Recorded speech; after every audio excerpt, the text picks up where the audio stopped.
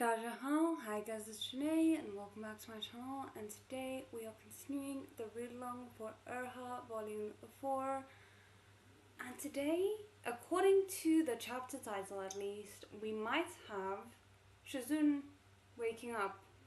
I'm hoping that the chapter title isn't misleading, but I am kind of trying to mentally prepare myself for all the things that could go wrong with him waking up, because like he could not remember, or he could remember too much, or he like there's I'm stressing basically. Hi. um Anyway, if you're new here, I'm Janae. I do downmay read-alongs. Currently we're busy with ErHa, which is also known as Husky and his white cat Shizun. And I have coffee here with me. We're gonna be taking a 10-minute break round about the hour, and that's it. I think that's more or less everything that I can remember that I need to mention. If there's anything else, we will find out in a moment. Also, I hope the audio is okay. Please let me know if everything is fine. It should be. I did check. And while we wait for the 5 minutes that we usually wait, just in case people want to show up,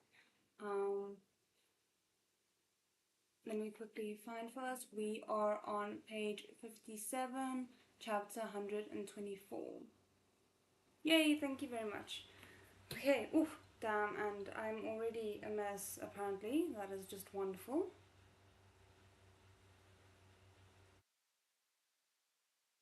I am slightly concerned because technically YouTube says the connection is fine, but when it's playing back for me, there's a lot of jumping, and I don't know if you guys are experiencing it, but if the audio is like steady and there's no jumps in the audio, I'm fine with the video jumping because it's not that big of a deal if you can't see all of my minute expressions.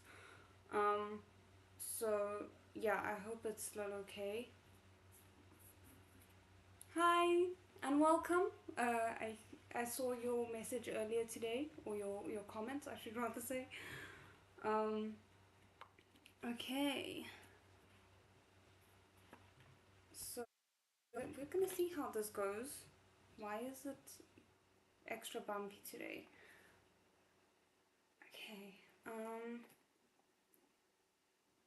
so do you guys think we should wait 2 more minutes? I'm not, like, this is the thing with being impatient like I am, is waiting the 5 minutes when I'm actually on time is surprisingly difficult.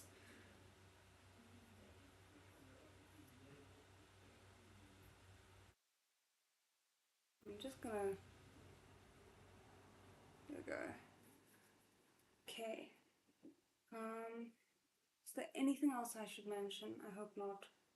Just be kind in the chat. I think that's, and also no spoilers, because this is definitely my first experience reading this with I don't think there's anything that I can think of that I found out that hasn't happened. Yeah, no.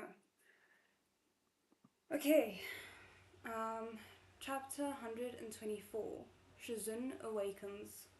The barrier around Red Lotus Pavilion glowed and shimmered day and night throughout the seasons. Those within remained in, and those without were kept out. 5 years passed in the blink of an eye, the world turning like a carousel lantern, changing every day, changing every moon. In tea houses and history books, those years became pieces of a tale told, lines written in stories. This was what had happened.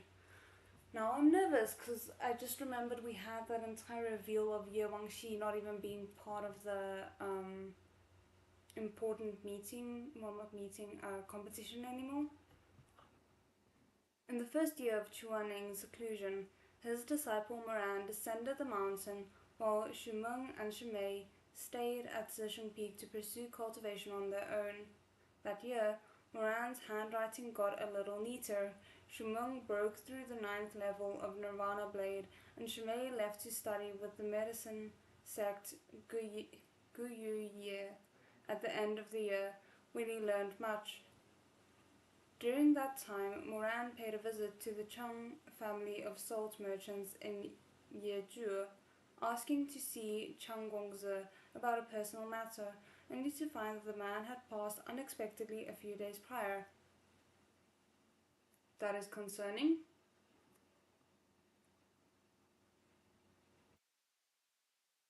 Ever since he learned while in the underworld that Cheng Gongzi had been in cahoots with the fake Gu Chen, Moran had been hoping to pry some information out of him, but his query was on one step ahead of him, and he had already silenced the witness. Even the body had been burned to ash, a dead end.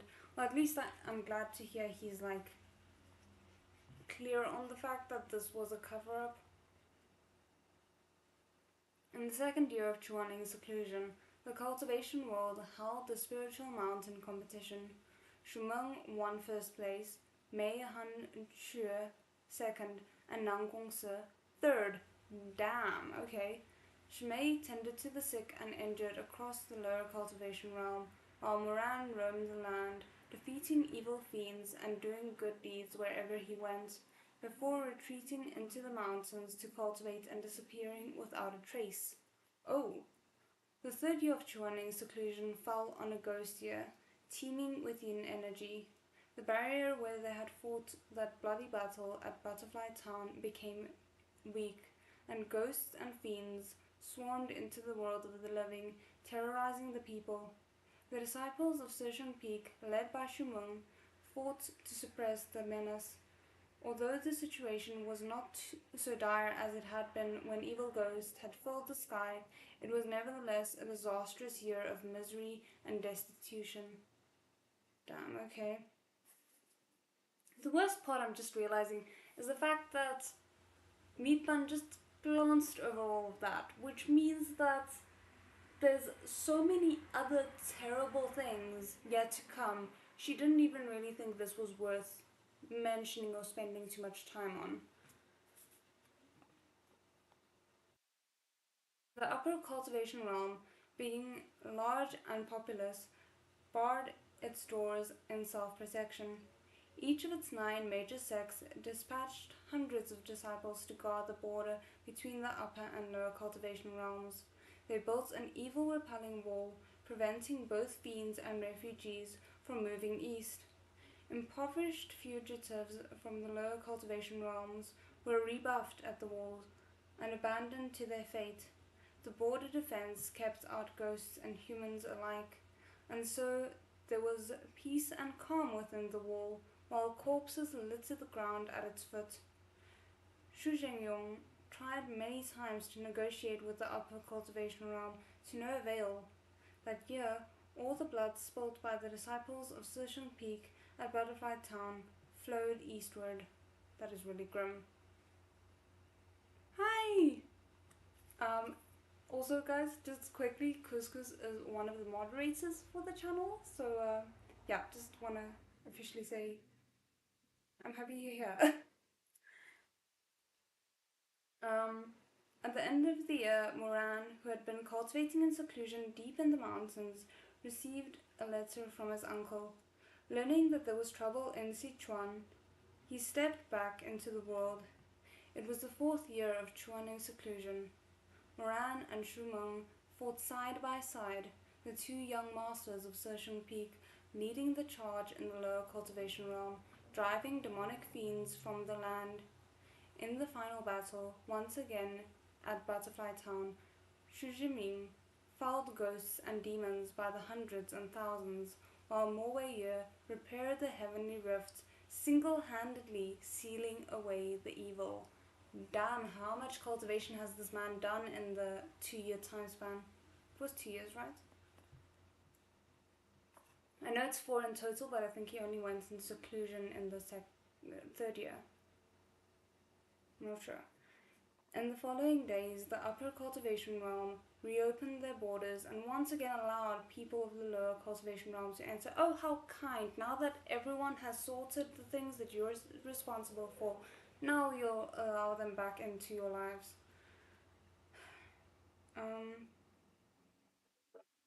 Shuming and Moran became famous in the world over the former for being the son of the phoenix, whose prestige was unmatched, the latter becoming known as Mozongshi for repairing the heavenly rift with barrier techniques almost identical to Chuaning's. So time flowed, all things ever changing. Though Shuming had made a name for himself at the spiritual mountain competition, he did not let it get to his head, and did not grow complacent as he would have in his younger years. He went diligently to the bamboo forest to cultivate and train at every opportunity, whether in winter or summer, and even when sick. He remembered his Shizun's words. Even without a holy weapon, the darling of the heavens was still the darling of the heavens. But his natural advantages were no longer sufficient to place him ahead of the curve.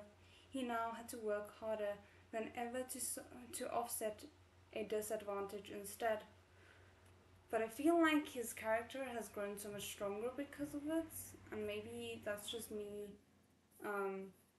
liking this version of Shumang more, but yeah.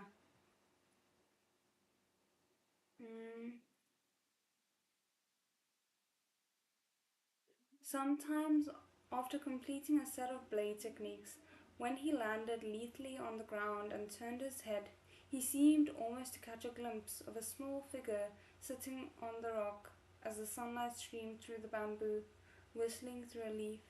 He couldn't help but recall that day when Chuaning, turned tiny, had watched him practice his blade in the forest and guided his rhythm with a whistling tune.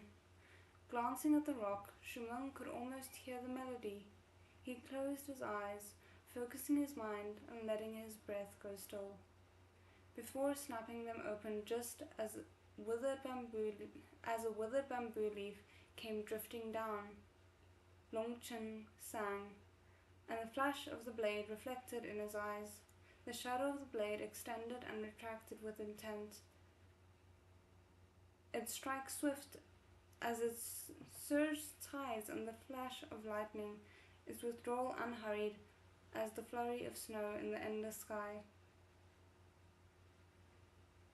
Is this really happening? Hold on.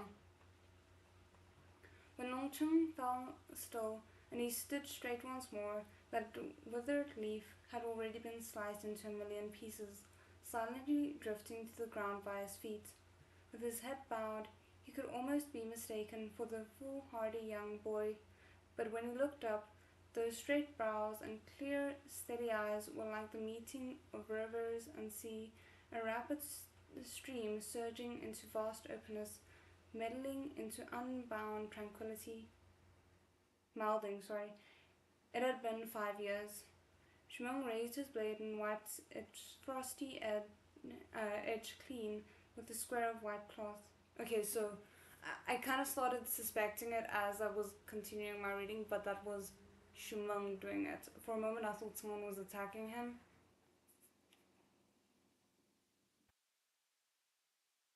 He was raising the blade to return it to its scabbard when he was interrupted by hurried footsteps coming from a distance. A disciple rushed in, hollering non-stop, young master, what is it?" Shumeng frowned. "What's your composure? Where's your composure? Pull yourself together, what happened?" "The Red Lotus Pavilion." The disciple was red in the face and gasping from how fast he'd run. Master Huaxia left. Yu Heng Elder woke up. With a clang, Longchen, the veteran of 100 battles, tumbled from its owner's hand to the ground. Shmeng's fair and handsome face drained of all color before immediately turning bright red. His mouth opened and closed mutely. He dashed off towards the southern summit of the Shizun peak at breakneck speed, leaving even his own weapon behind, forgotten in the grass. He nearly tripped over a rock on the way, stumbling and staggering. Shizun! Despite having just given a lecture on the need for composure, Shuming certainly wasted no time flinging his own to the ground. He arrived at Red Lotus Pavilion to see Xu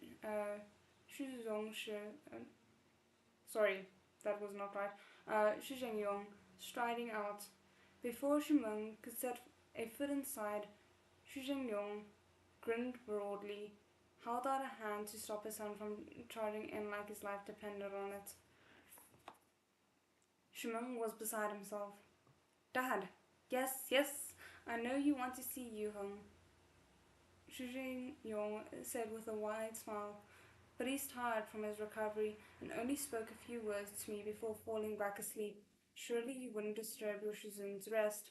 I mean, yeah, but Shumeng faltered. But waiting out these 5 years had been so awfully hard, and there was so much he wanted to tell his Shizun. He wanted so badly to run in right now to tell Shizun how he had won first place at the spiritual mountain competition, about all the ghosts and demons he'd put down, about his be sensible now. The phrase be sensible was Shumeng's weakness, always able to stop him in his tracks and make him listen. He heaved a long sigh and stopped trying to shuffle past, though he craned his neck around his brawly father as if hoping to peek through the slightly ajar door and see the person on the bed. Shumeng pressed his lips together, not quite willing to give up. Can I just go in and take a quick look at Shizun? I won't make a sound. I'm honestly surprised that we're getting to see this through Shumeng's perspective and not Moran's. You expect me to believe that with the way you make a ruckus and a half whenever you're happy? Shu Zhengyong shot him a glare.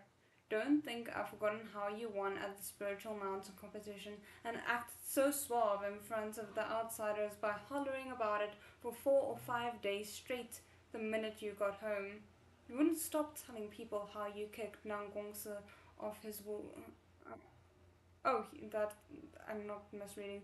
Off his wolf.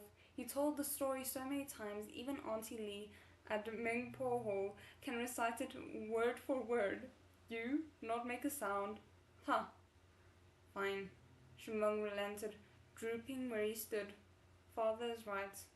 Well, of course. When has your dad ever been wrong? Shumeng made a sour face, but he still had to know. Dad, how's Shizun doing? Pretty good. Master Pajur even managed to purge the remaining poison from the heart plug willow. Oh, yay! Okay. So Shizun won't turn into little Shashidi anymore? Haha. Nope. Shumeng scratched his head, a little disappointed to hear he'd seen the last of Shasini. Then what about everything else? Is he feeling okay? Don't worry, he's fine.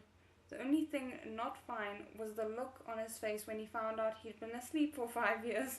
I mean, can you blame the poor man? I would be shocked. Shuji chuckled as he recalled Chuaning's expression. Good thing he's still tired, or else he'd be grilling me this very minute. Oh yeah, speaking of, suddenly recalling something, he said, Ningar, do me a favor. Your Shizun missed quite a bit out of the world. Quite a bit out of the world as he was for so long. It'd be too much for us to try and catch him up on everything ourselves, and it'd be tiring for him to listen to us tell it too. How about this? Go ask your mom for some money and make a trip down the mountain to buy some books in Wuchang town. Don't they have those chronicle type books, the ones where they record everything big and small? Get him a couple to read. Shumeng could practically smell his ulterior motives. His sly old fox of a dad obviously thought his son was being a bother and wanted to try and kick him off the mountain with the excuse of an errand. But then again, the errand was for Shizun, so it was not unacceptable. Chuaning was asleep now anyway, and it was true that Shumeng might not be able to contain himself if he were to enter the room right now. There was a chance he'd end up running over and waking him. I'm glad he's starting to know himself this well. So he sighed and mumbled reluctantly, Fine, I'll go get the stinky books. Get a couple different ones, for both the upper and lower cultivation realms. Yuheng likes to read anyway. Okay, alright. So it was that Shumeng lumbered dejectedly down the mountain alone. He wasn't much of a reader himself. When he finally arrived at the booksellers at Wuchang town, he scanned the titles but couldn't figure out what was what. He squatted down to ask the vendor, "Uncle, do you have any books about recent events in the cultivation world? Can you pick me a couple?" The vendor, who was quite excited to see a disciple from Shizun Peak, even if he didn't recognize the son of the phoenix, Shuming himself, responded with great enthusiasm. "Books about recent events? Of course, of course. I've got both historical chronicles and fictional adaptations, all kinds of biographies and annals, I'm not sure how to pronounce that, regional chronicles, demon suppression records, even manuscripts from 10 of the most famous storytellers in the land. What would Shizun like?" All this babbling was giving Shuming a headache, so he waved a hand and said, Just give me all of it. Money's no issue." You know, he's not gonna remain rich if that remains his attitude. The phrase most dear to businessmen are not "I love you," "I care about you," or "I want you," but "I'll buy it," "Money's no issue," and "one of each." Thus, the vendor immediately grinned from ear to ear, rubbing his hands together as he turned to gather piles of books from the rack to fill Shuming's order. With nothing better to do, Shuming casually flipped through some of the books on the stand. Soon, he happened across a thin little booklet that seemed rather interesting. The page he flipped open read, "Cultivation World Wealth Ranking. First place, Jiangxi, Rain Bao Ao Guye Ye Sect Leader." Okay. Second place, Nanggong Liu, Lin Yi Rufeng Sect Leader, Ma Yan, West Lake Taobao Estate Master. Trust this, it feels very much like one of these people are gonna end up being our suspect. And so on and so forth, down the entire page covered in tiny writing. Shuming at once got fired up, eager to discover his own rank. He scanned the page 4 times, then 5, then again, until his eyes started to cross, yet still couldn't find the name Shuming. Somewhat crestfallen, then a little mad, but mostly undeterred, he flipped the page to continue looking, but on the next page he only saw a few more names, followed by the line, "Due to time and resource constraints, rankings only go to 100, and those after will not be listed." Shuming flung the booklet to the ground in a fit of rage. "Am I that broke?" The vendor jumped, startled. Seeing the book Shuming had been reading, he scooped it up and hurried to mollify him, saying, "Don't be angry, Shizun. These ranking booklets are just made up by folks willy-nilly, and on top of that, each region has its own version in circulation. If you buy one in Linyi, number one on the gentleman ranking is definitely gonna be sect leader Nangong. It's just something people thumb through to pass the time. Don't be mad, don't be mad." His words seemed reasonable enough, and Shuming was curious about the remainder of the booklet's contents, so he huffed, took it back from the vendor, and flipped through a few more pages at random. This time he saw even more peculiar rankings. Young Master Ego ranking. Oh no.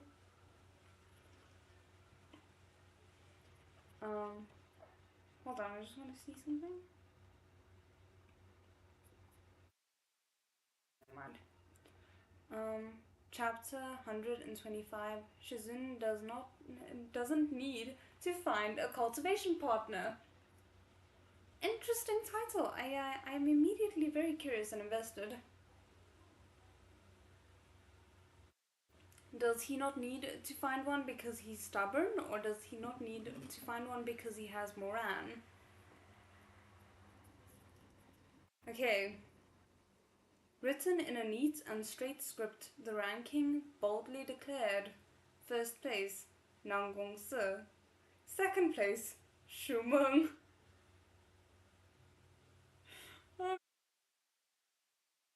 Even in the ego competition, he can't place first, and I don't know if that's an insult or an injury.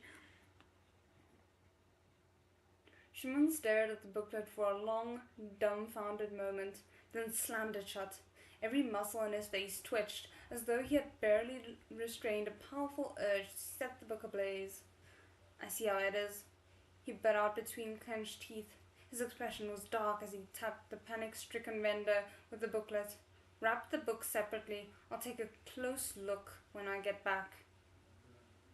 After shoving the wrapped copy of goodness knows what rankings roughly into his sleeve, Shuming took up the huge stack of books and scrolls the vendor had selected and wobbled his way back up the mountain. He was mad, so mad he might die. Second place on the Young Master Ego ranking? Nonsense. Which blind-ass dimwit wrote that? If he ever found out, he'd go give that person a good beatdown to vent this fury. 100 punches, maybe more. Ego my ass. What nonsense. Imagine it was Moran who wrote that just to pass the time, just for a little bit of extra income. At least he's included. Lol. Poor Shuming. Oh no. I'm living for this though. This bout of rage somewhat tempered his overwhelming elation, so that by the time Shuming got back to the Red Lotus Pavilion, his state of mind was no longer so volatile. Of course, he was still incredibly excited, but the brief flare of anger had more or less cleared his head. A pair of senior disciples stood guard outside the pavilion, keeping people out so the elder could rest undisturbed. But Shuming was the young master. Who would dare block his way? Shuming walked in unimpeded. Night had fallen. A honey soft light glowed through the half-open windows of the pavilion's main hall. Unsure if Chuaning was awake or not, Shuming softened his steps as he pushed the door open and entered with his arms laden with books. It was so quiet, Shuming could hear his own heartbeat, bouncing like a bird at the tip of a branch. He held his breath and, temporarily pushing goodness knows what rankings to the back of his mind, looked toward the bed. There was a long silence as Shuming stared blankly. Huh? The bed was empty.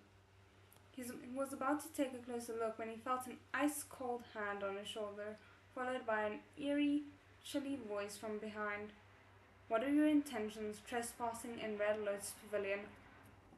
Please tell me that he didn't forget everything, because that was one of my fears.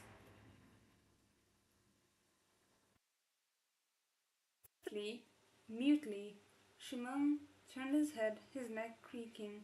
A deadly pale face hovered in the dim light. He was so frightened that he screeched, "Wah!" and raised an arm to strike down the other on reflex before his brain even had a chance to process what he'd seen. But the figure in the shadows was faster still, landing with lightning speed, a strike on Shuming's neck and a solid kick to his guts. He forced Shuming to his knees and pinned him there as the books in his arms scattered over the floor.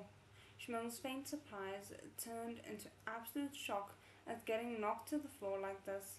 After 5 years of diligent training, he was no longer the boy he'd been. Even Nang Gongse was no match for him now. But this person, whose face he hadn't seen clearly, had so easily dispatched him in 2 moves, leaving him no room to counter. Who could it be? His ears rang as all the blood in his body rushed to his head. Just then the person spoke in icy tones. I go into seclusion for 5 years and suddenly everyone feels at liberty to walk into my residence. Whose disciple are you, and where is your master? Didn't he teach you any manners? Oh no! Guys, this was supposed to be the happy volume. Oh my word.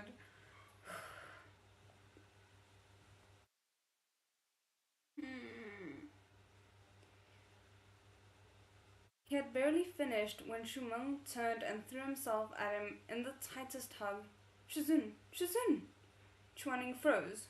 Shuming lifted his head. Tears fell despite his best efforts to hold them back. He choked out between sobs. Shizun, it's me. Look, it's me. It turned out Chuaning had only just woken up and had gone to take a bath, which was why his touch was cold and a little clammy. He remained rooted in place, though the light was dim. Now that he had calmed down, it was enough to see by. The person kneeling before him was a young man of around 20. He had fair skin and dark, thick brows that were lower and closer to the eyes than most, giving him a pensive and compassionate look. His lips were full and pouty, with a pleasing shape. A face like this would look spoiled even when angry. It was in truth all too easy for people with such features to be called coquettish, but not him. Eyes were the most expressive part of one's face, and Shumeng's eyes were like the strong liquor, spicy, fiery, and unfettered in the light, giving off a domineering air.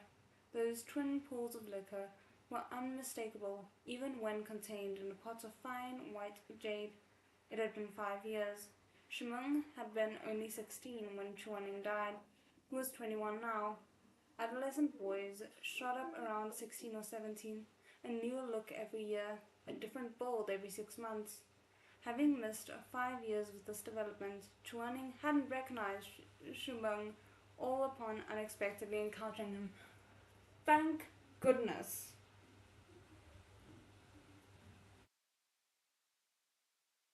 I swear Meat Bun just wants to give me a heart attack.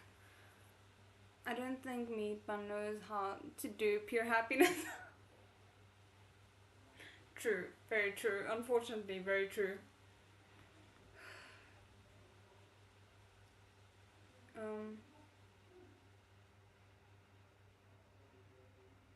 Chuaning stared at him for a long time. Shumeng, he said slowly, as if he was calling to him, but also as if he was telling himself this was Shumeng. No longer that half-grown youth in his memories. He was a grown man with wide shoulders and a height that was. Chuaning pulled Shumeng to standing with a face that betrayed nothing. What are you kneeling for? Get up.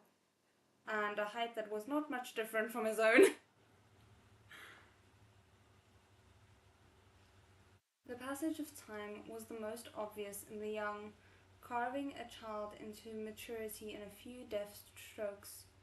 That was a beautiful sentence, damn. I'm sorry I butchered it.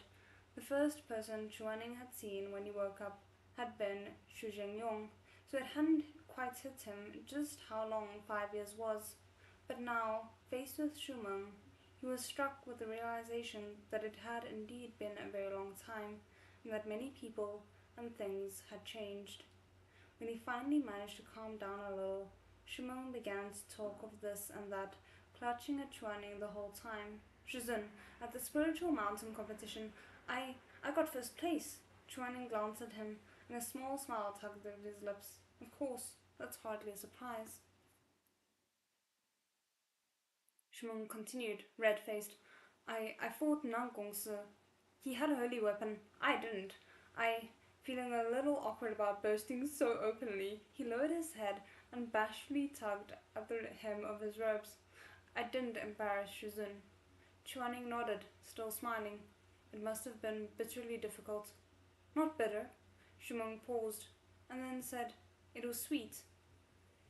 Chuaning reached out to pat Shumeng on the head like he used to, but abruptly remembered that Shumeng wasn't a child anymore, and it might not be the most appropriate gesture. His hand veered off course to pat him on the shoulder instead. The two of them picked up the books strewn across the floor and stacked them on the table. You've bought so many, Chuaning mused. How am I supposed to read them all? It's not that many. Shizun can read 10 lines at a time. It'll only take a night. Even after so long, Shumeng's admiration hadn't waned in the slightest. Yet it was Chuaning who found himself at a loss for words. Not knowing how to begin, he lit the candle and lightly flipped through a few of the books. Jendong Ho has a new sect leader now? Yep, the new sect leader is a woman, and according to rumor, she has quite the temper. Chuaning kept reading.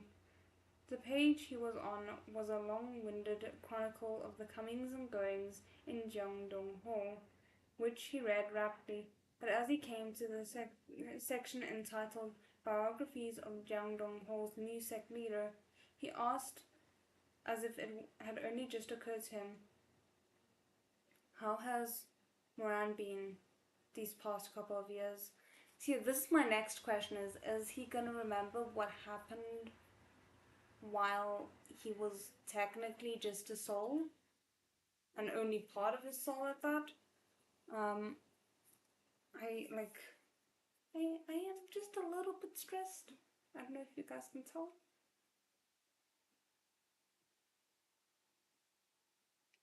Okay. Hmm.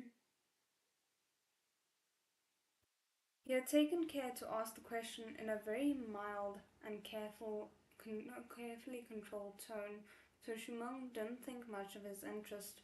He replied, "He's all right." "What's that supposed to mean?" Chuaning asked, looking up. Shumeng thought about it, how best to phrase it. "Means he's more or less a decent person now." Was he not a decent person before? But before Shumeng could even open his mouth to reply, he nodded to himself. "Indeed not. Continue." Shumeng hemmed and hawed. His speciality was laying out his own deeds in lengthy, dramatic narratives, while describing the deeds of others in simple and brisk manner, especially if that other person happened to be Moran. "He's been running around everywhere these years. Grew up some," he said eventually. "That's about it." "He didn't attend the spiritual mountain competition?" "Nope, he was cultivating in Snow Valley then." Chuaning didn't pursue the matter. The two of them chatted about other sundry topics. Worried Chuaning might get tired, Shumeng tucked away all the countless things he still wanted to say and excused himself. After he left, Chuaning lay down on the bed, still dressed. He remembered everything that had happened in the underworld, so he wasn't at all surprised at how Moran had changed. Yay! Thank you for giving us at least that. I'm so sorry if that broke your guys' ears. My bad. I was just very happy there for a moment.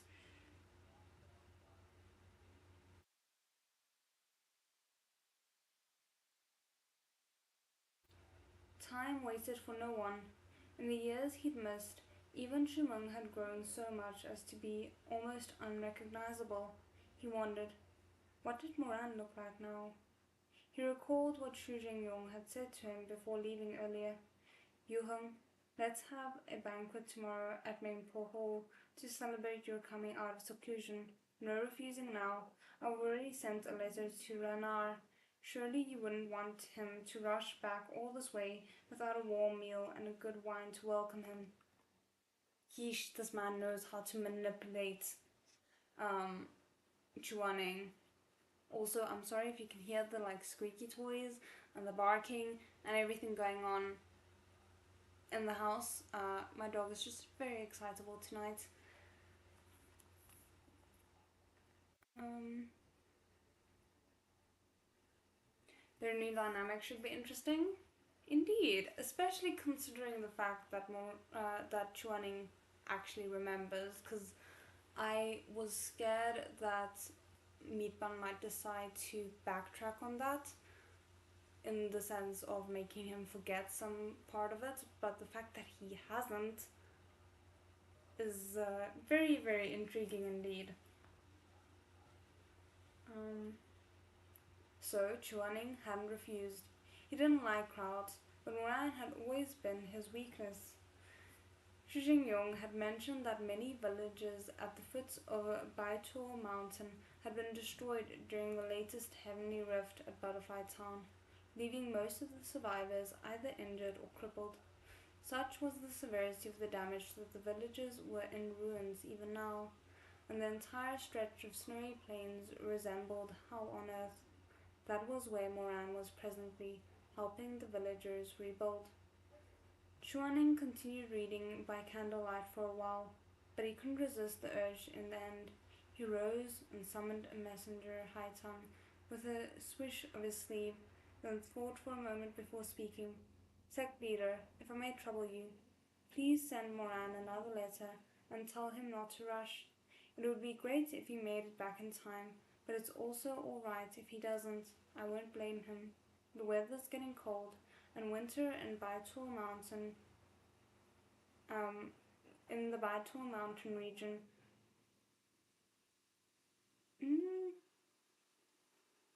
Okay, sorry, I made a mistake here. Let me try that again. The weather's getting cold, and winters in the Baiton mountain region have always been harsh. Tell them to take care of the villagers first. No sloppy rush jobs allowed. Only after setting the high tongue adrift did Chuaning finally sigh and lie back in bed, picking up the half-read copy of the Cultivation World and now to continue where he'd left off.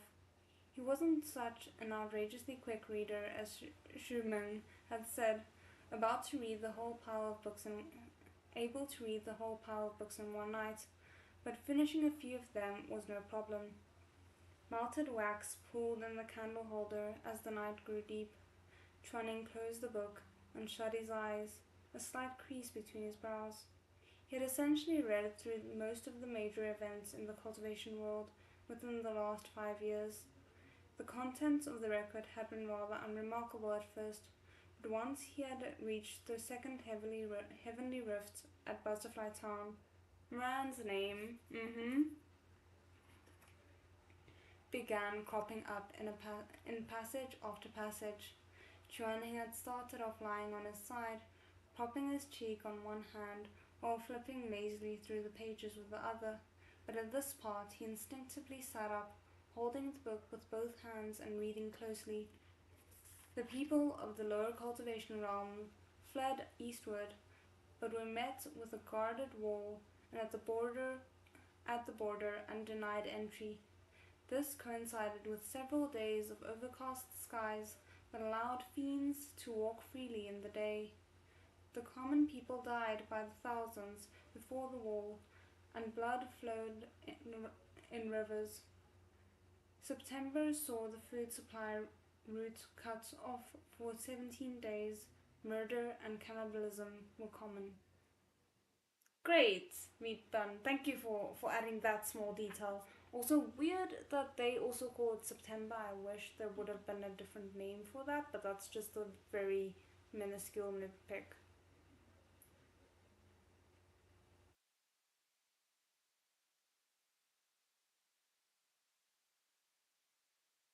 Um,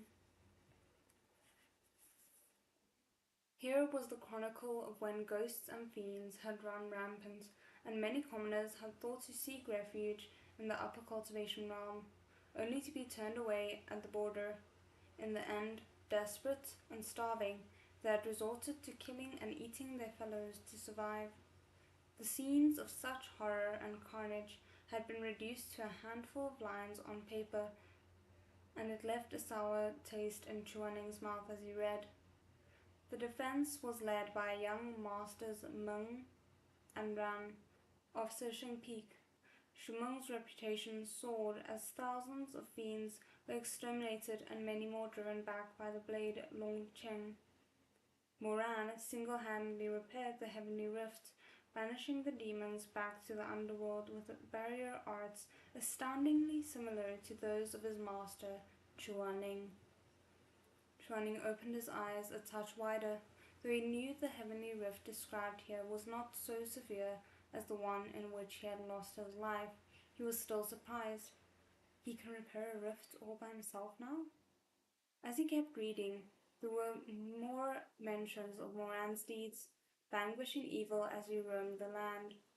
The Hedong region was set upon by a monster which Baitan Manor refused to engage with for reasons undisclosed. Hearing of this, Moran travelled there and found the drought demon of Yellow River. After a 3-day battle, he decapitated the demon and burned its head to eliminate the threat. However, the young master was gravely injured, his abdomen and ribcage having been pierced through. He was fortunate to meet Jiang Shi, the sect leader of Guiyuan. Even the tips of Chuaning's fingers were ice cold. The young master was gravely injured, his abdomen and ribcage having been pierced through. Whose abdomen? Whose ribcage? Moran's? Why am I living for that? Oh my word. Okay, sorry. Chuaning read the passage over 4 or 5 more times, refusing to believe his eyes, despite never having misread anything before in his life.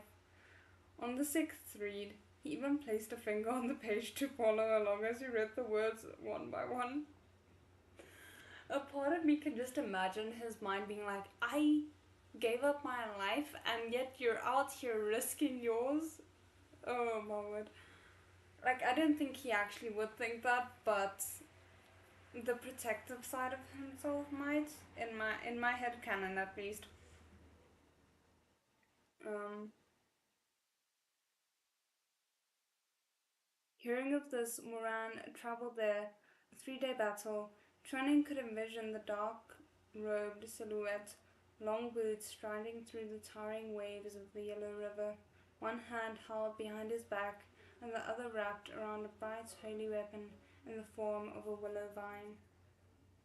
Decapitated the demon and burned its head to eliminate the threat. However, the young master was gravely injured. His hand on the page clenched into a fist so tight the knuckles went white. He saw Moran lashing out with the vine amidst the thunderous waves, Zhang Yu snapping across the sky in a fury arc, severing the drought demon's head and sending blood flying. At the very same instant, the drought demon's sharp claws pierced clear through Moran's torso. The giant headless beast lurched for a moment before toppling to the ground with a deafening crack, its colossal body cutting off the flow of the Yellow River itself. Moran collapsed by the riverside, unable to remain standing as blood soaked his robes. Trenning slowly closed his eyes and did not open them for a long, long time. His nightly quivering lashes grew damp. Oh, I'm so sorry you have to experience all of this on your own. Oh no.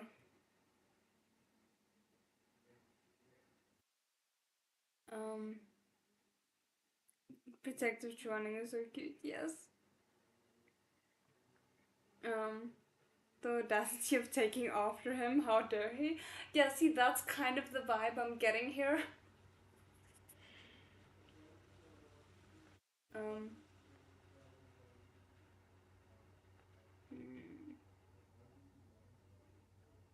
in the end, all the books, without exception, refer to Moran as Mozongshi. These words left Chuaning with a feeling of indescribable strangeness and unfamiliarity. He couldn't reconcile the brightly smiling, indolent adolescent residing in his memories with a term of address like Mozongshi. When it came to Moran, he'd missed so much. Chuaning suddenly wondered whether he'd still recognize this disciple of his if he came back tomorrow. A disciple who bore many more scars, a disciple who had become more Zongshi. Chuaning couldn't help his vague unease at the thought. He both very much wanted to see Moran and hadn't quite the courage to. Troubled by these anxieties, Chuaning didn't doze off until the latter half of the night. Even after dying once, this man still didn't know how to take care of himself. He lay there in a mess of books with no blanket. He was as yet fatigued from not quite being fully recovered, and since scarcely a soul dared enter the Red Lotus pavilion without permission, no one came to wake him. Chuaning ended up sleeping the whole day away. By the time he awoke, it was already the evening of the next day. He opened the window to a setting sun and fell into a prolonged silence. The lake reflected the dusk red clouds, and a crane soared across the horizon, returning to its nest at the end of a long day. It was already evening. Had he slept through the night and the entire next day? Chuaning's face was ashen. A crack sounded where his hand rested on the wooden window frame. He had nearly slapped the wooden beam in half. How absolutely unacceptable. The banquet the sect leader was holding in his honor was about to start, yet here he was, still drowsy-eyed, clothes in disarray, and hair undone. What to do? He fretted anxiously. What to do, what to do, what to do? Yu Hong, just his luck, Shizun Yong chose that exact moment to invite himself in. He froze at the sight of Chuaning sitting on the bed with an indecipherable expression on his face. Are you still not up? I'm up, Chuaning replied, and he would have pulled off a dignified look too if not for the stray strand of hair sticking up at his temple. I can just envision it, oh my word. Did sect leader need something? To personally come all this way? Oh no, I'm good. Was just getting worried because I didn't see you come down from here all day. Zhu Jingyong rubbed his hands together. Well, since you're up, get yourself washed and dressed, then come over to Mingpo Hall for dinner. Before leaving, Master Huajue said you should hold off on food for 24 hours. Well, you haven't eaten anything since you woke up yesterday, and it's now been 24 hours. Perfect timing. I had them make a bunch of your favorite dishes. Stewed crab meatballs, sweet osmosis lotus roots, and all that. Come on, let's walk over together. Thank you for going to all the trouble. Upon hearing that stewed crab meatballs and sweet osmosis and lotus roots were waited, Chuaning no longer cared to waste time getting ready and planned to instead throw on a change of clothes and immediately set off down the mountain with Xu Jingyong. Are you sure you want to do that if you might see him around there? Just remember, you might want to look extra nice when you see him, just for no apparent reason at all. Crab meatballs had to be eaten hot. They got bland once they were cooled. No trouble, no trouble. Xu Jingyong rubbed his hands some more as he watched Chuaning put on his shoes, then suddenly remembered another piece of news. Oh yeah, one more thing. Is it going to be that Moran is there? Chuaning had never been good with the mundane tasks of daily life, and his 5-year slumber had only made him worse. He tried to put his left sock on his right foot for a good minute before wising up and swapping them, bearing all the while a perfectly straight face that betrayed absolutely nothing. Focused on righting the socks, he answered mildly without looking up. What is it? I got an urgent letter from Renard this morning, Zhu Jingyong said with a grin. He said he'll definitely make it back tonight, and he got you a congratulatory gift too. He's really getting quite thoughtful as he gets older. Hey, Young, why are you taking off your socks? No reason, they're yesterday's, Chuaning said. They're a little dirty. I'm changing to a fresh pair. Then why didn't you do that earlier? Dude, don't call him out like that. He's trying to act suave, alright? I just remembered. Zhu Jingyong was an open and forthright fellow. He didn't think much about this. He looked around the room for a bit before commenting. You know, Yuhong, you're not getting any younger. If you ask me, it's about time you get a cultivation partner. Just look at this place. It was neat and tiny when Master Huajue left, but now you've woken up, there's already papers and clothes all over, even though you've barely lived in this place yet. I'll keep an eye out for you. How about it?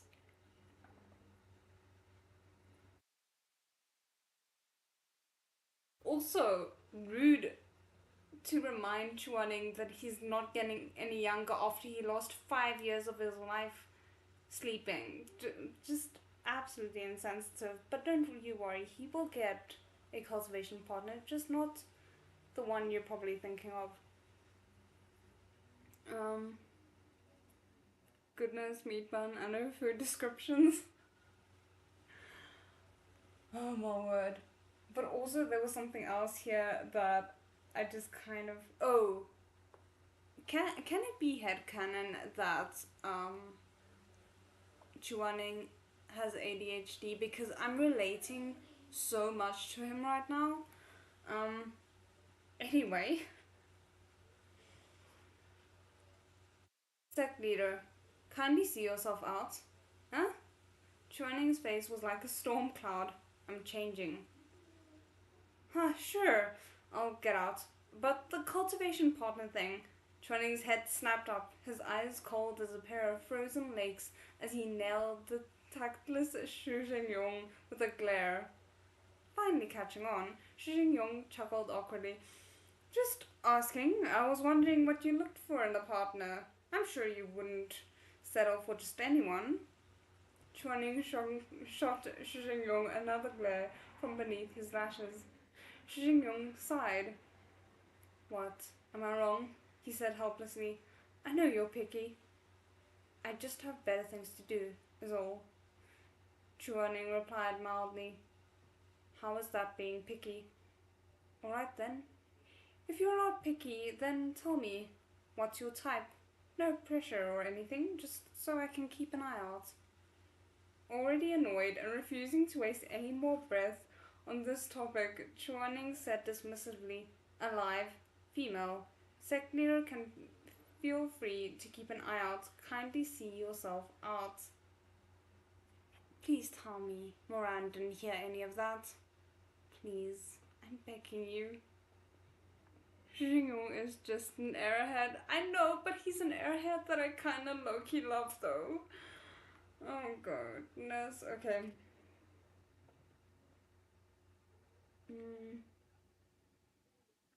He shooed Xu Zhengyong towards the door as he spoke, but Xu Zhengyong wasn't about to give up just yet, especially after the whole dying thing. He was really, truly, wholeheartedly invested in getting Chuaning hitched. Back when Chuaning had died, Xu Zhengyong greatly regretted that this man hadn't left a child behind like Xu Zhengyong's brother had, which meant he had nothing to remember him by, and no one to look after and make amends to. I don't think that's the best reason to have someone else have a child, but okay. Chuaning had neither children nor siblings and had always kept to himself. Xu Zhengyong had been I'm struggling. Disconsolate? That doesn't sound right. And had felt incredibly guilty. More than that, he'd felt that Chuaning really was too pitifully lonely. That tells me absolutely nothing. That's the point, Xu Zhengyong. Yuheng, really, I'm being serious here. Hey! Xu Zhengyong, struggle as he might, was finally shoved out and the door slammed in his face, followed by a barrier to make sure he stayed out. He stared at the barrier, stupefied. Oh, I forgot how much I love Chuaning, and I can't believe I managed to forget that, but I love him so much. Okay, we are 2 minutes away from the hour, so I think I'm gonna take my 10-minute break now, and then I will be back at. Let's make it 10 past just for ease. Yeah, we'll do that, and to continue wherever we just left off. Just want to check here. Yeah, Xu Jingyong is such a lovable character. Yeah, I love Xu Jingyong too. Oh, yeah, I'm glad we're all in agreement though.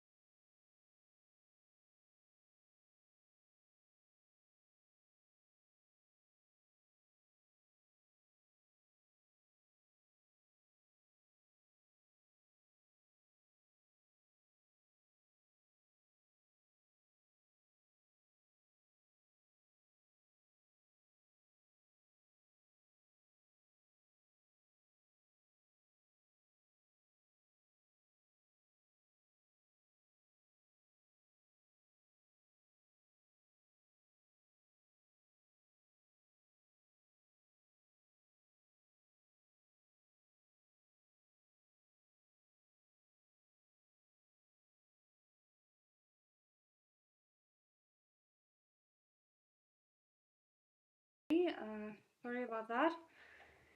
I did not plan to go 2 minutes over. I promise I will compensate.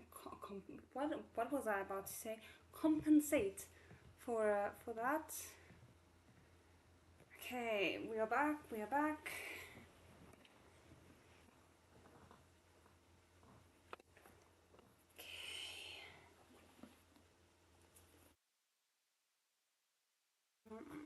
Just make sure. I hope the audio is still okay. So once again, for anyone who is following with their physical copies, we are on page 81, chapter 126. I have new tea with me, and yeah, I'm excited to see how this goes, because this can either go wonderfully and kind of hilariously, or it can just be an absolute disaster. Okay, thank you. Okay, cool. No, I hate this title. What is this? Shizun, wait one more chapter for me? Are you kidding me? Meatbun knew exactly what she was doing. In the end, sorry, not in the end. The end of the Yuan elder's seclusion was naturally a cause for celebration for the entire sect. Shi Jingyong knew Chuaning disliked the bustle of the gatherings and wasn't much for speeches, so he planned out for him ahead of time what to say and what to do. Chuaning had been concerned that he might be awkward at the banquet, but he soon found out that he had no reason to worry. Shi Jingyong might have been a big, burly man, but he was keenly perceptive and had a good grasp of the mood. Before the gathered mass of all elders and disciples, he spoke some words from the bottom of his heart, not so much as to be maudlin, but enough to be genuinely moving. Only the Lucan elder couldn't read the room, laughing as he shouted, "Yu Heng, why the long face on this happy occasion? You should say a few words too. Some of the new disciples here don't even know what you look like." You know, I thought there was only one person in the sect who had like the foot and mouth syndrome, but apparently not.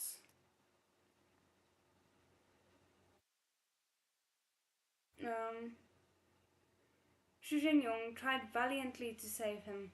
Lucan, I've already. I suppose it's Lutun. Sorry about that. Lutun, I've already said all there is to say for Yu Heng. Don't put him on the spot. That's different. He's got to put in at least a couple of words. But he. It's fine. A deep, cool voice cut in. Since there are new disciples here, I'll say a few words. Chuaning stood as he spoke. His eyes scanned Mengpo Hall, taking in the lively crowd of thousands all looking at him. But Moran wasn't among them. Chuaning thought for a moment, then said, "The Red Lotus Pavilion on the southern summit is equipped with a myriad defensive mechanisms and technical guardians. In the interest of preventing accidental injury, new disciples are advised against visiting without cause." Those weren't the words Lutzen was hoping you would say, Chuaning. Not those kinds of words. Meat Bun's gonna make us wait for the meeting. Yeah, no, I love that this is very much a reminder for everyone that he is still the same person. I think they've forgotten how brisk he can be. Loud fell silent. After an incredulous pause, Luton couldn't help but ask, "That's it?" "That's it," replied Chuaning. He lowered his eyes and swept his sleeves aside to sit back down. The silence stretched. The new disciples were dubious. Dying and then coming back to life after 5 years of seclusion was definitely not something most people would ever experience. Shouldn't one at least say something heartfelt or express some gratitude to one's savior, things like that? Yet this elder just tossed out a line like he was reading out the tenets and left it at this. Where was the sincerity? That is his sincerity, guys. Keep up. I know you're new, but you will get used to it. But the older disciples couldn't help laughing quietly, several of them whispering to each other. That's the young elder, all right. Still doesn't like talking. Seriously, bad temper and short fuse. He's got a handsome face, but that's about it. Someone clipped under the ebb and flow of chatter in the hall. We were far enough away that Chuaning couldn't hear. The group chuckled among themselves, then turned to look towards the white-robed man sitting beside Xu Zhengyong. The banquet began. There were spicy and savory Sichuan dishes, of course, but also plenty of finely made desserts and beautifully arranged mild and sweet Jiangnan dishes, the abundance filling entire tables. Xu Zhengyong had also opened 100 or more jars of top-quality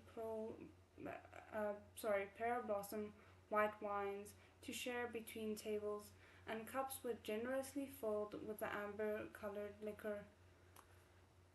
I can't remember. I don't think Chuaning drinks, right? I'm not 100% sure though. Chuaning was on his fourth stewed crab meatball when a large bowl was set before him with a clunk. Yu Heng, let's have a cup. Oh no, please tell me they're not going to reunite while Chuaning is drunk. That is going to be something.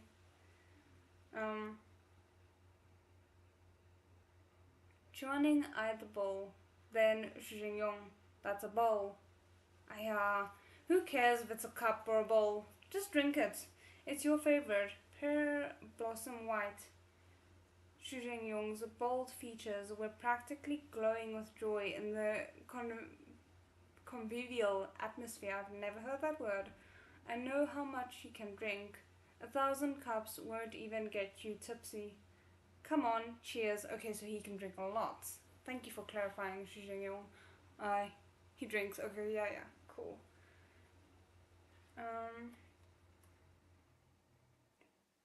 Come on, cheers. Chuaning smiled and picked up the bowl, clinking it against Xu Zhengyong's. If the sect leader says so, then cheers. With that, he drained the entire bowl before flipping it over to show Xu Zhengyong. I mean, your body hasn't technically drunk for 5 years. Are you sure you can still hold your liquor to that point? Xu Zhengyong was overjoyed, but the rims of his eyes had turned a little red. That's my man.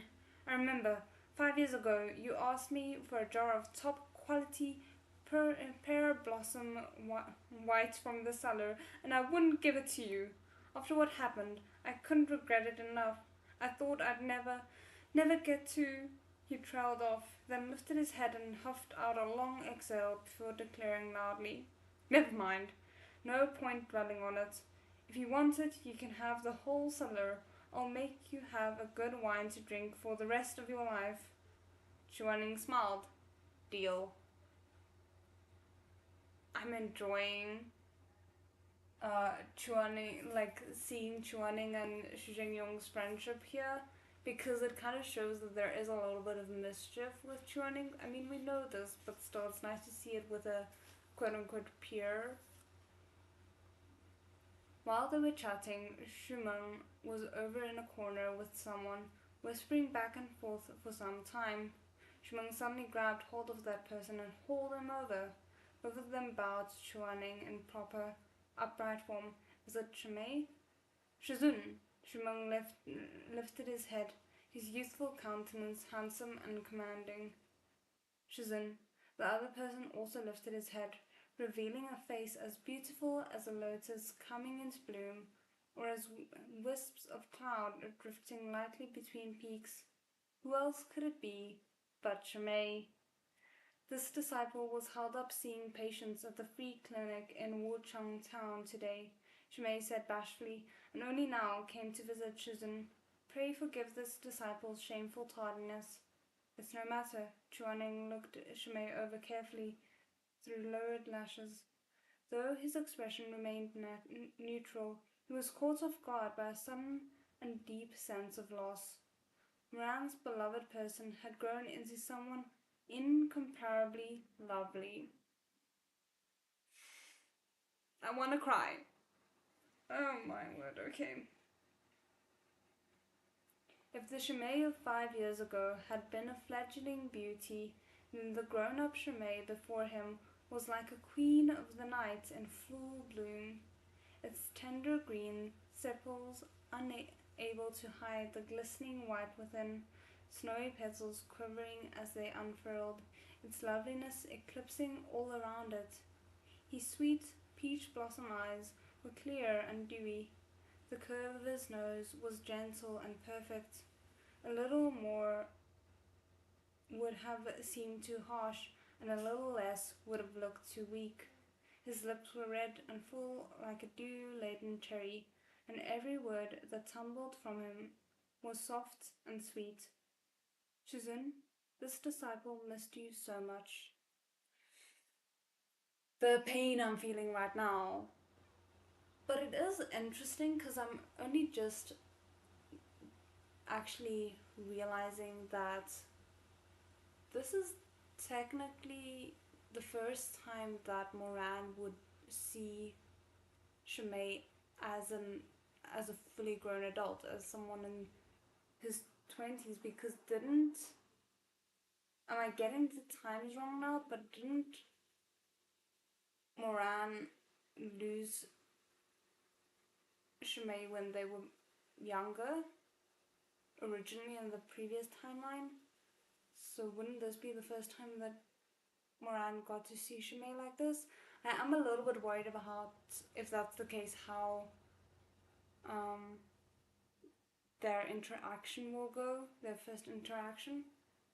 Because I know they've sent messages back and forth, but in person, that's a bit different.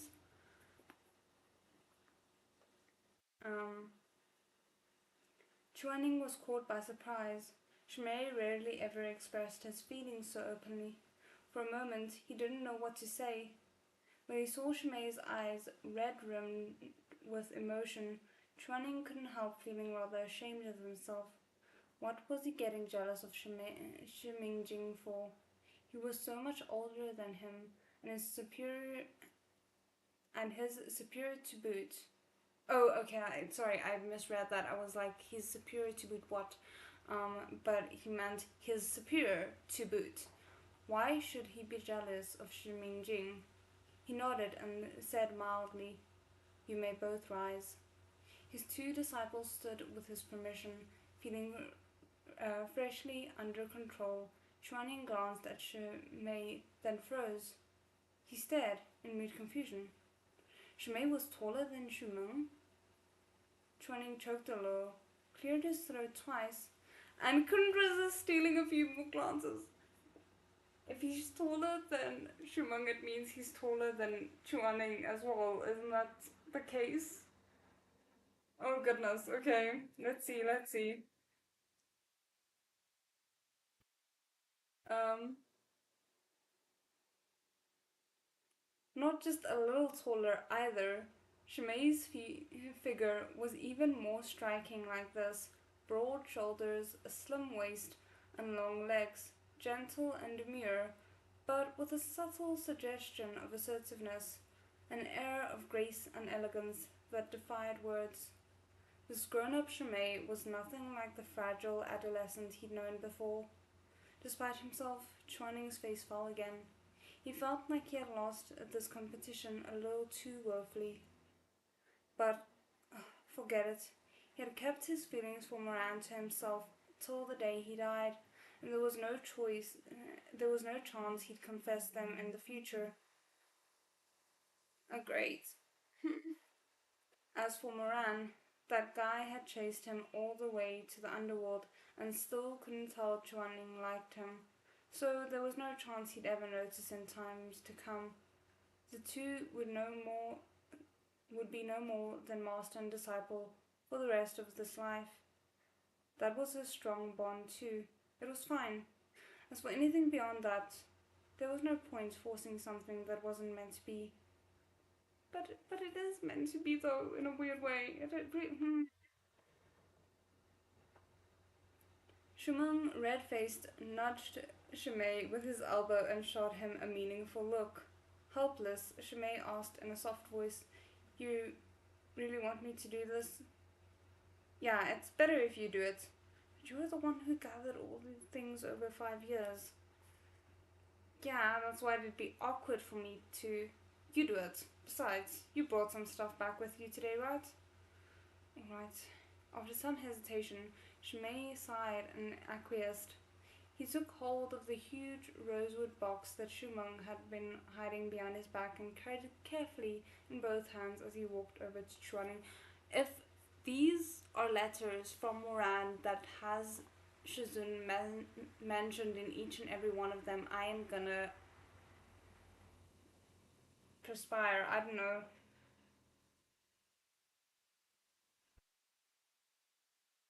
Um, and carried it carefully in both hands as he walked over to Chuaning, who had already sat to continue eating his stewed crab meatballs. "Shizun, this young master and I prepared some gifts over the 5 years, some small gestures. Please accept them." As Shimei spoke, Shumeng's face grew redder and redder. In an attempt to cover his fluster, he crossed his arms and looked away in feigned nonchalance, as if suddenly fascinated by the decoratively carved pillars of Mingpo Hall. Generally speaking, opening a gift in front of the giver was considered impolite. Oh, really? That's my favorite thing. I really want to always see people's reactions to things. Um,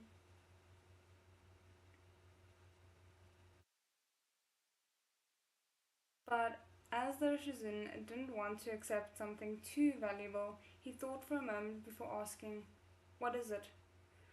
"It's just some little things we picked up here and there." Perceptive as he was, Shmei immediately apprehended Chuaning's concerns.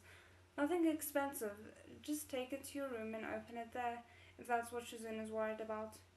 There's no difference between opening it now and when I get back," Chuaning countered. "I'll just open it." "No, no, no, don't open it." Shimon froze for an instant, then rushed over in a panic and tried to snatch back the box, but Chuaning had already lifted the lid. He threw him an impassive look. "What are you running for? Don't trip and fall." Shimon stared, aghast.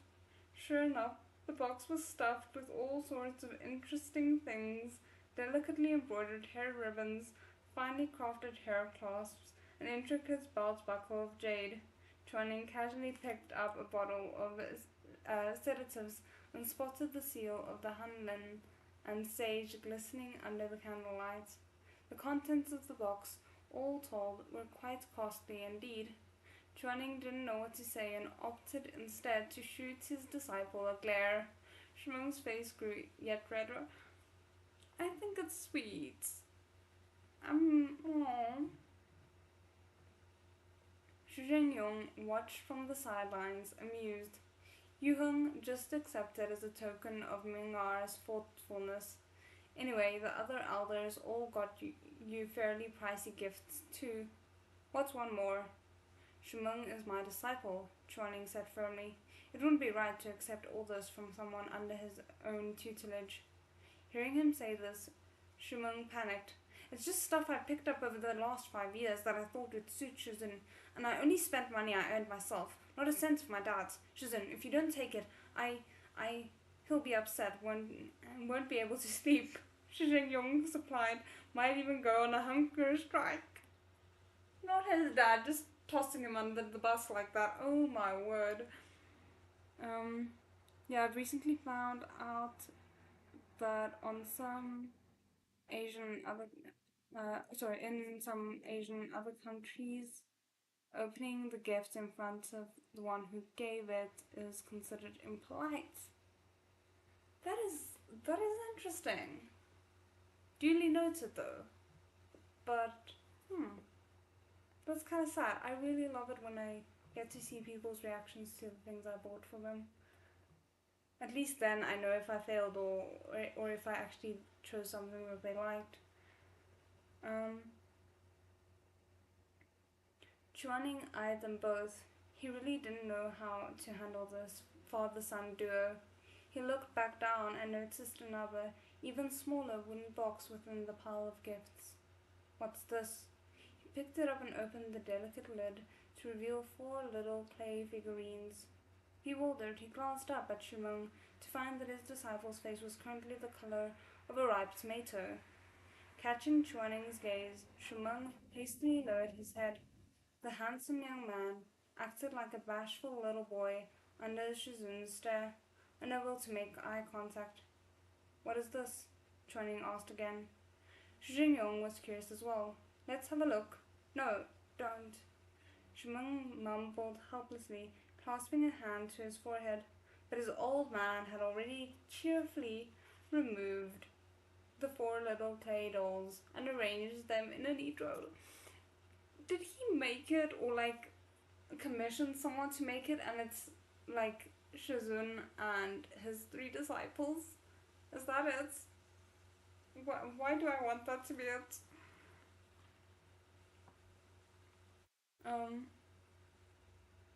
Or he made it himself. The little figurines were crudely made, ugly and crooked, and all looked much the same, but for one being slightly taller and the other 3 being slightly smaller.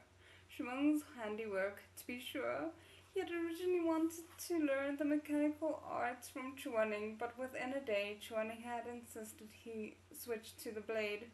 The reason was simple. After an entire afternoon spent in the Red Lotus Pavilion, the boy had managed to assemble absolutely nothing, but had nearly managed to demolish the machine room with only a file.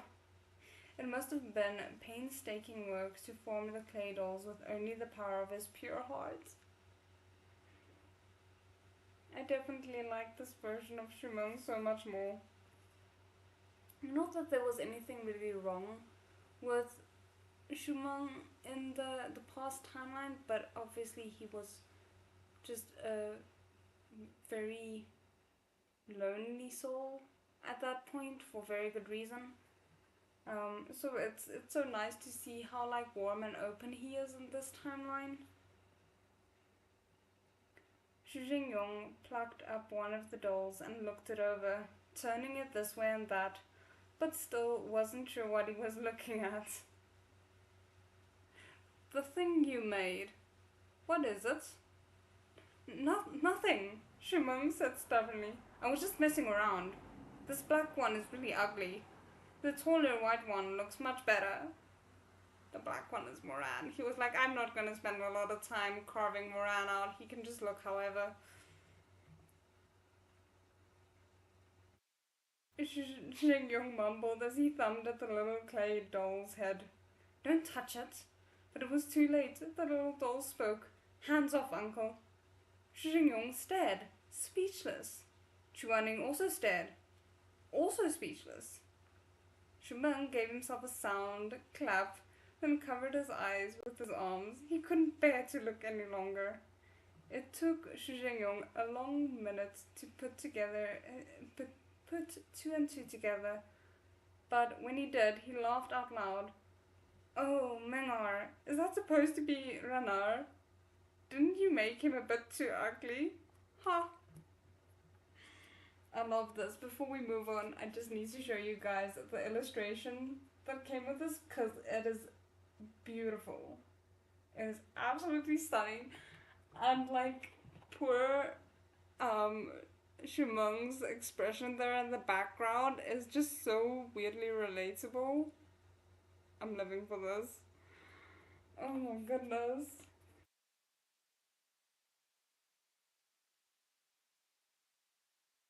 That's 'cause he is ugly, Shumeng shot back angrily. Look at the Shizun I made instead. Pretty, right?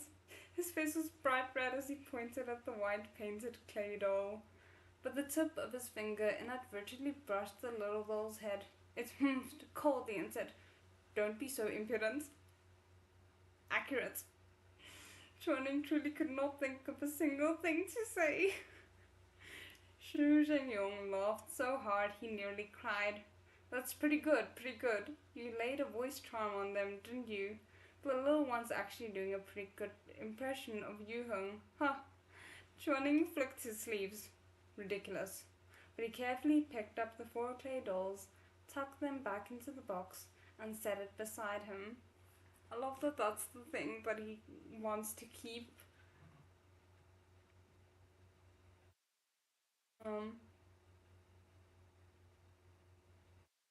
His face, calm as ever, betrayed nothing, but when he looked back up, there was a hint of lingering gentleness in his eyes. I'll take this one. You can keep the rest. There are all the things you can use too, and this master isn't wanting for any of them. But, young master, Shizun says. Shuming smiled and consoled him quietly, then lowered his voice further to say, what the young master most wanted to gift were the little dolls, right? I love this. Shuming was so furious there was practically smoke rising from his head. He shot Shuming a glare, stomped his foot, then bit his lip and refused to say another word. Shuming had always been flattered and fawned on growing up. There was nothing he couldn't say and nothing he couldn't do. If he liked or disliked something, he'd always express his thoughts loudly and frankly. For this reason, Shuming felt that he was extraordinary. This kind of candor was something he himself had never possessed, and was one of Shuming's most remarkable qualities. He envied it. The openness was thoroughly foreign to him. A person who could never be honest and claimed not to care about something even if it was fully occupying his thoughts. He had gotten a bit better about it since his return to life, but his character was what it was, and the changes weren't terribly noticeable. A river needed more than a single cold day to freeze 3 feet deep. In this respect, he felt like he would probably never manage significant change, even if he were to try for the rest of his life. Besides, he wouldn't really be the same person if he changed too much. The banquet was nearly at the end, but Moran still had not returned. Chunling's chest felt stuffy, but he said nothing. He really wanted to ask Shizun what exactly Moran had written in that letter he'd sent. He wanted to ask if he knew exactly where Moran was right now. Instead, he gripped his wine cup and downed one drink after another, his knuckles white with tension. The wine burned all the way down, but it did not burn enough to warm his heart, nor enough for him to summon the courage to turn around and ask when Moran would be back.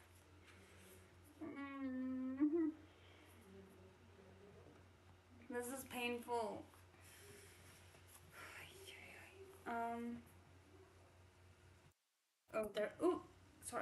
Sorry about that. I just quickly want to drink a little bit of tea before we continue. But I'm really glad that we at least are getting to, hopefully, if Meat Bun doesn't mislead us again with expectations, we are now at the chapter where they meet again. I hope that's the case. With my luck, we're somehow going to end on a weird cliffhanger even in the middle of the chapter. Okay. Chapter 127. Shizun, careful, the ground slippery. But Chuaning didn't ask, and Xu Zhengyong didn't raise it. In fact, the sect leader of Sishin Peak was on his way to getting rather plastered, light-headed and slurring his words. He leaned over, stared at Chuaning and said, "Yu Heng, you're upset." "I am not." "You're mad." "I am not," Chuaning repeated. "Who upset you?" Chuaning fell silent. Should he ask? He'd feel a lot better if he just asked. Maybe Moran didn't actually say he'd definitely be back tonight. Maybe he only said he'd try his best, and Xu Zhengyong reported it wrong, or remembered it wrong. Chuaning glanced towards the door at the black night outside. The banquet was coming to a close, and the seats would soon be cold. His first day out of seclusion, and Moran hadn't made it back in time. Every single disciple of Sishin Peak was here. including those whose names he didn't know and those he'd never even met. It was only him who was missing, but without him present, the banquet was incomplete, and all the stewed crab meatballs, sweet osmosis lotus root, and fragrant pear blossom white wine in the world wouldn't make it complete. Chuaning closed his eyes. This is painful. I object. I don't like this. There came a sudden ruckus from the direction of Mengpo Hall's front entrance, and a bunch of disciples yelled excitedly into the distance, "Aya! Look! What's that outside? There's something in the sky!" The commotion drew more and more people. Now even those in the hall could hear the lively crackling and thunderous booms from outside, one after another. They walked out to the verdant lawn outside Mengpo Hall, looking up at the sky lit with fireworks. A million glittering specks blooming and scattering against the backdrop of a starry night. Fireworks! The younger disciples beamed. Their youthful faces were illuminated by the flickering lights above, the sky full of stars reflecting in their eyes. "It's so pretty. I've never seen fireworks this big, not even at New Year's." Chuaning slowly walked out from the hall as well. His mood was gloomy, grateful as he was that Xu Zhengyong had gone to the trouble of preparing such a brilliant fireworks show. The heaviness in his chest weighed on him. I don't think that is Xu Zhengyong that did that. A sharp whistling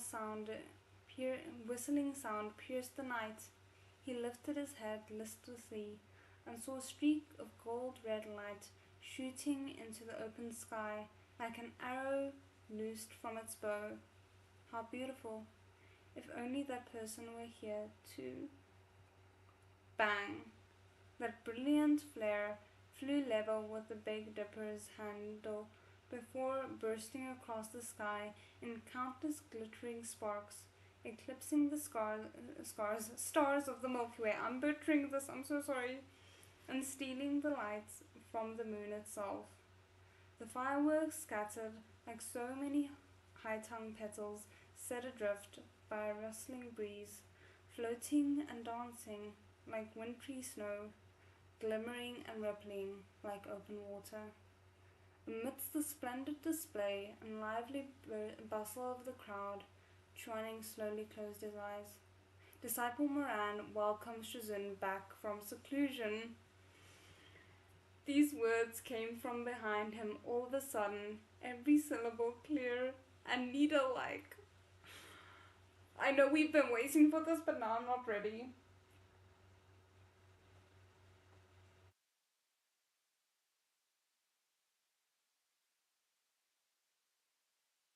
Okay, sorry.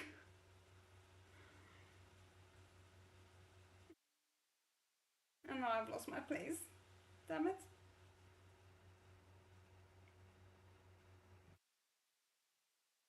Chuaning began to tremble minutely. He felt as if there were thorns in his back, fire in his throat, unable to breathe, with his heart beating out of rhythm and blood racing through his veins. He whipped his head around. Standing behind him were a handful of disciples who had just emerged from Mengpo Hall.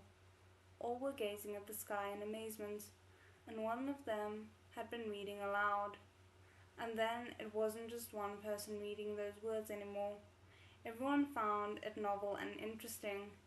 Everyone down to the youngest disciple, the men and the women, those standing alone and those in the groups, all of them were looking up at the glittering, resplendent night sky and reading aloud. Disciple Moran welcomed Shizun back from seclusion. He did not. Oh my word. The sap. I love him so much right now. The utterance carried its tenderness like the tide, gentle as slumberous whispers. The words bespoke determination, like a boulder, firm as the mighty mountains. Chuaning's head snapped skywards, where the brilliant fireworks, guided by spiritual energy, had spelled one sentence in huge, shimmering letters across the night sky. The fireworks formed a magnificent river that could doubtlessly be seen from hundreds of miles. In that moment, in that night, Chuaning felt as if the vivid, glistening specks were converging on him from across hills and mountains, across the breadth of time, bringing with them that one person's joys and sorrows, longings and regrets. He suddenly felt like a piece of driftwood afloat in the ocean, and the ocean was Moran's eyes. The way they had looked when he pulled Chuaning into his arms before the Ghost King's palace in the underworld, not underground, full of tender warmth, fiery passion, and unwavering determination. There was nowhere to run. He was surrounded by that person's murmurs, that person's laughter, that person's affection. Chuaning didn't want to consider what kind of affection it was, that of a master and disciple, or something more. Just having it was enough. Moran didn't manage to make it back before the end of the banquet. It was simply too far away, even travelling through the night without stopping. But he still had in his bag the single fireworks made by the Xuanji elder that he'd been given for emergencies. Though he met with some mishaps while on the peak, it was an ingenious creation. By writing a message on paper with spiritual energy, placing it in a tube, and setting off the firework, one could project a message across the sky in bold letters so large they would be visible from Shizun Peak, no matter how far the sender. The signal fireworks were costly and exceedingly difficult to construct, but Moran didn't care about that. He only wanted to ensure his Shizun wouldn't be upset, even across mountains and rivers, even separated by time and circumstance. He had to make sure Chuaning could hear these words: Disciple Moran, welcome Shizun back from seclusion. I'm okay.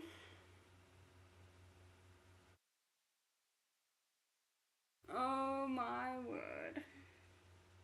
He's so extra for that, right? Like, he's the equivalent of a modern day billionaire in that sense. Well, at least the ones you see in K dramas, I should rather say. Okay.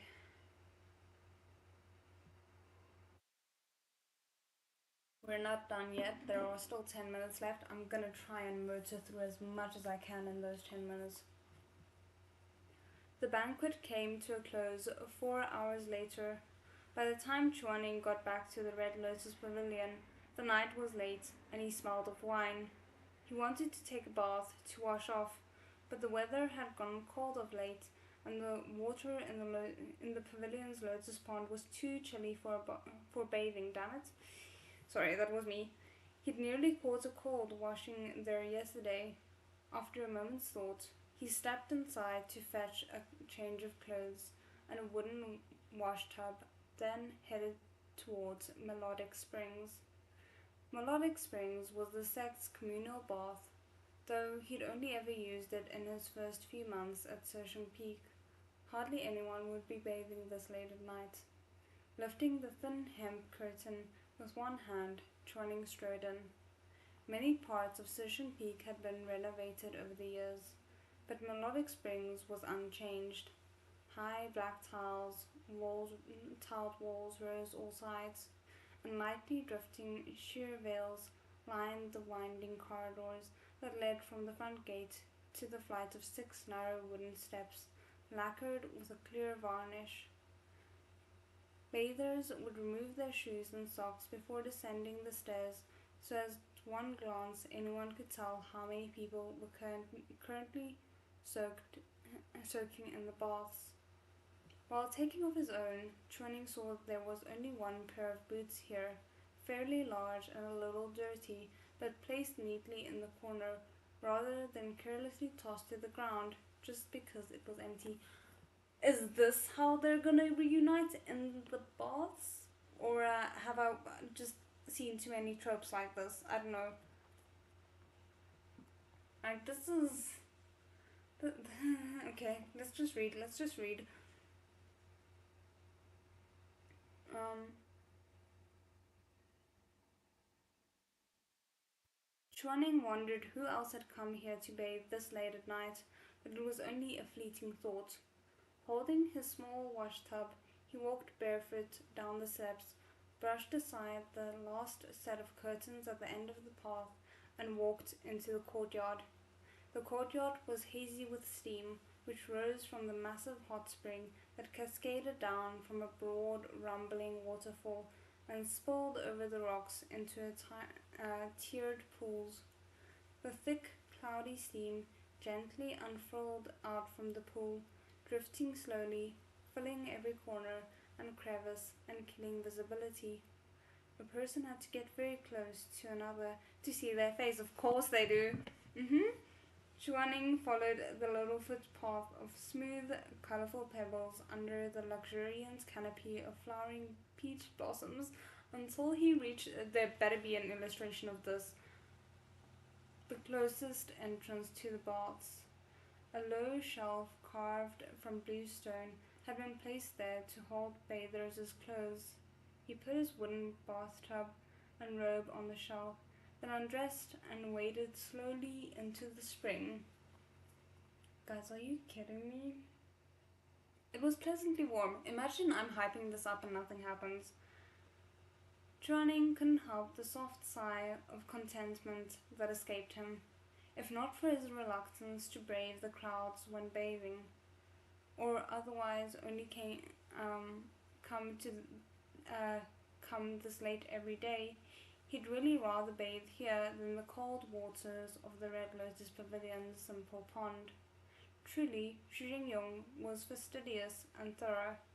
He had personally overseen the construction of melodic springs. Flowers bloomed along the borders of the pool year-round, and there was a waterfall at the end of the pond for rinsing. There was even a small wooden pavilion at the hot spring's side to lie down and rest in after soaking, furnished with heated stones meant to be placed along the meridians to relieve pressure. This was vastly more indulgent than the rushed bath he'd had to make do with yesterday at the Red Lotus Pavilion. In his delight, and seeing that there was no one else around, Chuaning let loose for a moment, extending his slender limbs and swimming all the way to the waterfall with a splash. He had only just risen from the water and wiped his face, a faint smile still hovering on his lips, when he suddenly noticed a man very close to him, showering in the surging waterfall with his back turned. The waterfall was so loud that Chuaning hadn't heard the other person at all, even this close by. If he had come out of the water a little later, swum a little further, the tips of his fingers probably would have brushed the man's legs. Good thing he hadn't stood up when he did and hadn't accidentally touched the stranger, but he was still inappropriately close, practically standing right behind the other man. Oh my word. Okay, it's fine, let's not assume. This person was very tall, quite a bit taller than Chuaning, and his sun-kissed skin was the color of honey, making him seem wild and unrestrained. His shoulders were strong and broad, and the shoulder blades that flexed beneath his golden skin hinted at concealed strength with each lift of his arms. He wasn't overly muscular, but sculpted and evenly toned. The water cascaded over his body, rivulets gathering into streams to flow down the wide expanse of his powerful, masculine back. Some of the spring water splashed off, but more seemed infatuated with his body, clinging to him in a light sheen, loath to part.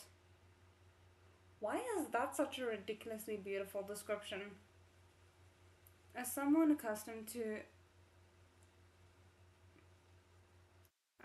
this is going to be a struggle to pronounce. Give me a second here.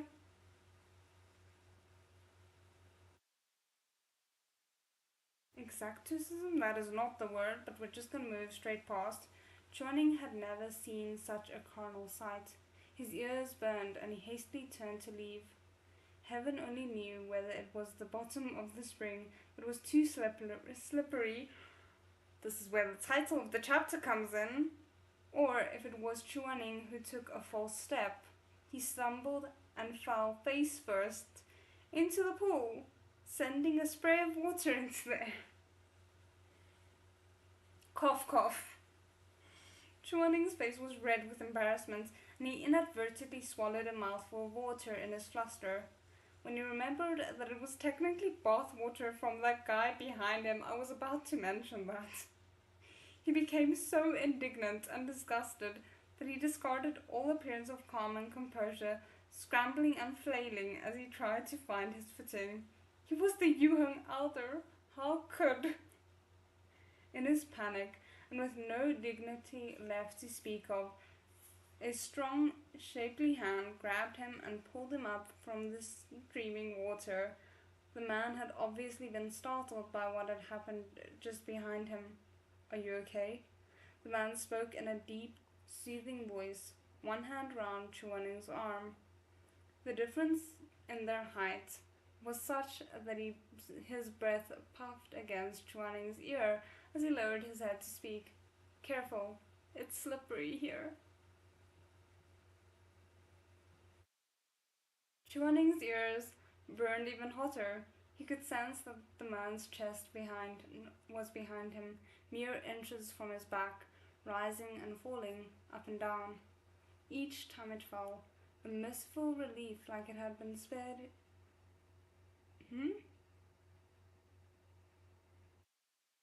Each time it fell, a merciful relief like it had spared his life. Each time it rose, a menacing precarity, I hope I'm pronouncing that right, as it threatened to brush against his back. Okay. Shuming was both indignant and mortified at once. Never had he been touched by someone like this. He shook off the man's hand, expression surly, and eyes aimed determinedly away from the stranger. I'm fine. The deafening rush of the waterfall all but masked Shuming's voice, but for some reason the man jolted at the sound, falling entirely still before slowly lifting his hand like he wanted to say something, but didn't quite have the courage. In a brief moment of hesitation, Shuming had already opened a wide gap between them and stepped into, or rather, hid inside, the rushing, roaring curtain of water. Damn it! That is so frustrating. And the thing is, right, I know I said I would make up for the 2 minutes that I missed, and I dearly do want to. But if I start now, it's going to be an even worse cliffhanger that we're left on. And I don't want to do that to myself because we still have a weekend ahead of us before we get back to the next read-along. So I promise I will be making it up to you guys on Tuesday. But I can't do it to myself. I can't start with the next chapter knowing where we just left off. Okay. So we are on page 101. I think we made really good progress.